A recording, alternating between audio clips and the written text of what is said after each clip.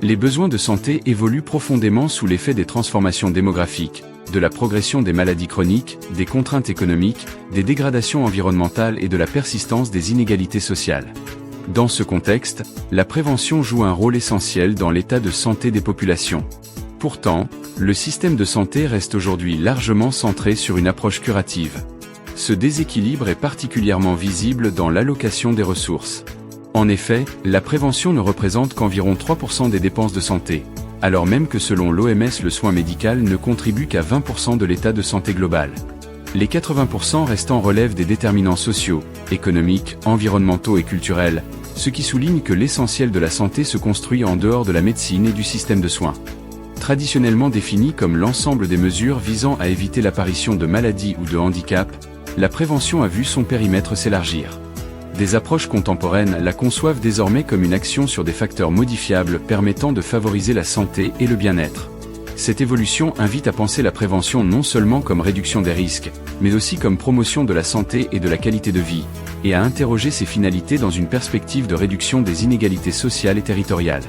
Toutefois, la prévention soulève des enjeux éthiques importants.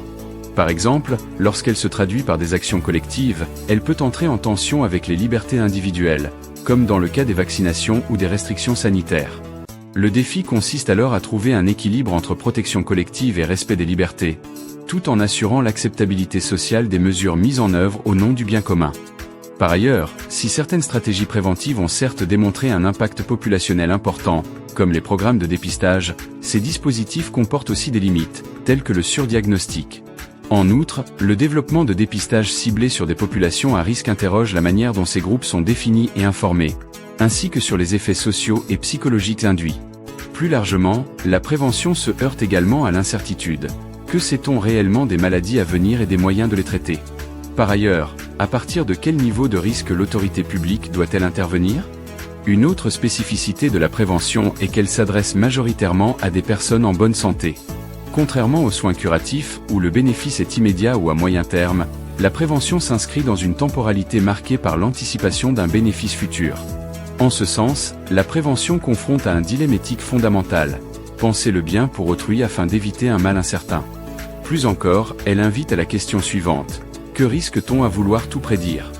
Les modalités de mise en œuvre des actions de prévention constituent elles aussi un enjeu majeur. Les approches descendantes et prescriptives, fondées sur l'expertise scientifique ou professionnelle, sont fréquemment perçues comme culpabilisantes, dans la mesure où elles tendent à reporter la responsabilité de la santé sur les individus sans prendre en compte leurs conditions de vie. Elles peuvent également être perçues comme relevant d'un certain biopouvoir. À l'inverse, des démarches plus participatives permettent davantage d'intégrer les perceptions du risque, les représentations individuelles de la santé ainsi que les obstacles matériels, sociaux, culturels ou symboliques qui entravent l'adoption de comportements dits favorables à la santé. C'est pour cela que la littératie en santé occupe une place centrale dans la prévention. Elle ne se limite pas à la compréhension d'informations médicales, mais renvoie à la capacité critique, réflexive et contextualisée des personnes à mobiliser les connaissances pour agir sur leur santé. Enfin, se pose la question de l'universalité des mesures de prévention. Faut-il les appliquer de manière égalitaire à l'ensemble de la population, ou les adapter de façon équitable afin de toucher prioritairement les populations les plus vulnérables? Mal conçues, les politiques de prévention peuvent en effet paradoxalement accroître les inégalités de santé, en bénéficiant davantage aux groupes les plus favorisés, mieux informés et plus à même de modifier leur comportement. Le principe d'universalisme proportionné permet ici d'éclairer la tension entre égalité et équité, car il existe bien un gradient social dans l'adoption des comportements préventifs. Être équitable ne consiste donc pas à traiter tout le monde de manière identique, mais à moduler l'intensité et les modalités des interventions en fonction des besoins. Bien que complexe à mettre en œuvre, cette approche constitue un enjeu central du débat éthique sur la justice en santé. Les questionnements éthiques se posent aussi au regard du paysage contemporain de la prévention. La prévention s'inscrit aujourd'hui dans l'essor d'une médecine dite des 4 P, prédictive, préventive, personnalisée et participative.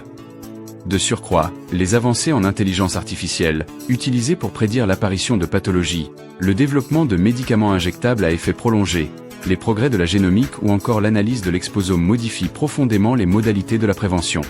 Cependant, si les innovations technologiques offrent aujourd'hui de nouvelles possibilités, elles renforcent souvent la responsabilisation individuelle, faisant peser sur les individus la charge de leur santé, dans un contexte parfois déshumanisé. Comment alors la prévention évoluera-t-elle dans notre société entre recours à des outils technologiques de plus en plus puissants et besoin de liens humains de plus en plus criants? Ces constats montrent que la prévention ne peut se limiter à une simple incitation individuelle à adopter de bons comportements. Elle suppose une réflexion collective sur le bien commun, sur la légitimité des interventions publiques et sur les conditions sociales permettant l'autonomie des individus. L'enjeu est dès lors de concilier les nouvelles injonctions à l'autogestion de la santé avec une approche fondée sur la solidarité. En conclusion, la prévention s'inscrit à plusieurs niveaux, individuels, au sein des milieux de vie et dans le contexte environnemental global. Cette approche élargie intègre aujourd'hui le paradigme One Health, une seule santé, qui invite à penser la prévention de manière globale, en prenant en compte les liens entre la santé humaine, animale et végétale, ainsi que leurs interactions avec les changements environnementaux et climatiques, lesquels menacent l'équilibre des écosystèmes et par conséquent, la santé des populations.